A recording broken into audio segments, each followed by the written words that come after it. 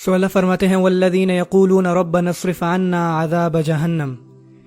ایک گروپ ہے لوگوں کا جس سے اللہ تعالیٰ بہت محبت کرتے ہیں، کیونکہ وہ بس ایک چیز اللہ سے مانگتے ہیں، وہ یہ ہے کہ یا اللہ میں جہنم نہیں دیکھنا چاہتا. ان عذابها کان غراما انها ساءت مستقرا ومقاما. اس کا جرمانہ بہت بھاری ہے، بہت زیادہ ہے، میں اسے برداشت نہیں کر سکتا، میں جہنم کے بارے میں سوچ بھی نہیں سکتا. وہ رہنے کے لحاظ سے خوفناک جگہ ہے، چاہے تھوڑی دیر رکا جائے یا زیادہ. میں اس حصے کو تفصیل سے بیان کرنا چاہوں گا.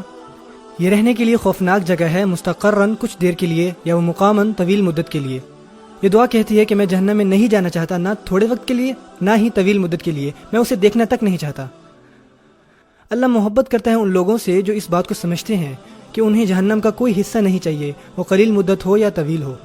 کچھ مسلمان ہیں جو کہتے ہیں آف کورس میں ہمیشہ کے لیے جہنم میں تو نہیں جانا چاہتا، مگر شاید ایک ہفتے کے لیے شاید ہم اتنا حرام کر سکتے ہیں. ایسا تو یہود کرتے تھے. ایام معدودات، وہ کہتے تھے کہ کچھ دن کے لیے ہم برداشت کر لیں گے، خیر ہے. کم آن. اللہ فرماتے ہیں یہ لوگ عباد الرحمن نہیں ہیں.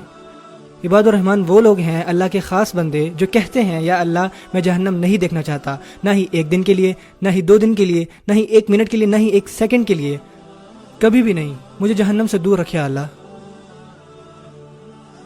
مسلمان یہ بات سمجھتے ہیں، ایمان والے، قرآن کو پڑھنے والے، کہ انہا ساعت مستقرا و مقاما، میں وہاں نہ قلیل مدت کے لیے ہو سکتا ہوں نہ ہی طویل مدت کے لیے. میں جانتا ہوں میری ذہنیت بنی اسرائیل جیسی نہیں ہونی چاہیے جو کہتے تھے کہ لن تمسنا النار الا ایاما معدودات، ہم برداشت کر لیں گے کچھ دن کے لیے.